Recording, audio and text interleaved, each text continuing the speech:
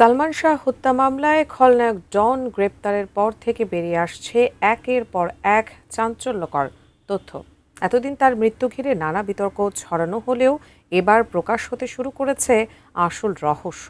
কার নির্দেশে এবং কত টাকার চুক্তিতে সালমান শাহকে হত্যা করা হয়, এ নিয়ে বিস্ফোরক তথ্য দিয়েছেন আদালত। বিস্তারিত জানাচ্ছেন এসআই রাজ। আজিজ মোহাম্মদ ভাই এবং সামিরা 12 লক্ষ টাকার বিনিময়ে ডনকে তারা ঠিক করেছিল তাকে হত্যা করার জন্য। এই দিন সেই দিন কোনো দিন 90 দশকের পর্দা কাঁপানো ঢাকাই চলচ্চিত্রের ক্ষণজন্মা চিত্রনায়ক সালমান শাহ 1996 সালের 6 সেপ্টেম্বর তার মৃত্যু হলেও প্রায় 3 দশক পরও কাটেনি মৃত্যুর রহস্য। সালমান শাহ হত্যা মামলায় গ্রেফতার হয়েছেন এজাহারভুক্ত 4 নম্বর আসামি খল অভিনেতা আশরাফুল হক ডন। রোববার রাজধানীর হযরত শাহজালাল আন্তর্জাতিক বিমানবন্দর থেকে তাকে গ্রেপ্তার করে ইমিগ্রেশন পুলিশ, পরে হস্তান্তর করা হয় সিআইডির কাছে।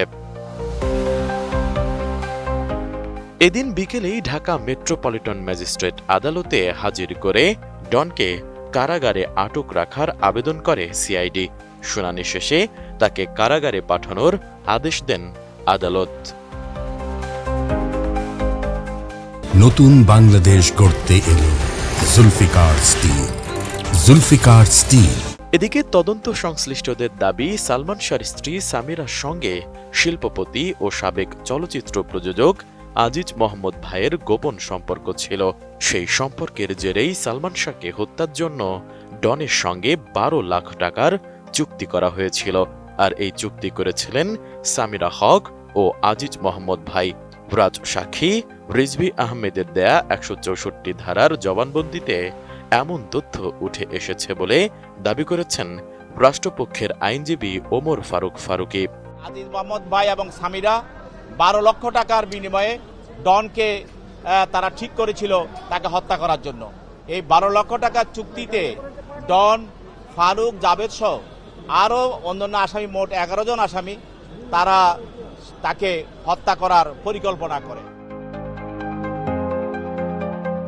শুধু হত্যার পরিকল্পনাই নয়, মামলা তুলে নিতে চাপ প্রয়োগের জন্য সালমান শাহর ভাই বিল্টুকে অপহরণের পরিকল্পনারও অভিযোগ রয়েছে ডন ও ডেভিডের বিরুদ্ধে। সেই পরিকল্পনা বাস্তবায়নের সময় 1997 সালের 19 জুলাই গ্রেপ্তার হন রিজভী আহমেদ। পরে একই বছরের 24 জুলাই সালমান শাহ হত্যার ঘটনায় আদালতে 164 ধারায় স্বীকারোক্তিমূলক জবানবন্দি দেন রিজভী। দীর্ঘ 29 বছরে একাধিক সংস্থার তদন্তের পর সালমান শাহ হত্যা মামলায় ডনের গ্রেপ্তার ঘিরে নতুন করে সামনে এসেছে পুরনো সেই অভিযোগ ও রহস্য। এখন তদন্তে এসব অভিযোগের কতটা সত্যতা মেলে তা নির্ধারণ করবে তদন্ত ও আদালতের বিচারিক প্রক্রিয়ায়।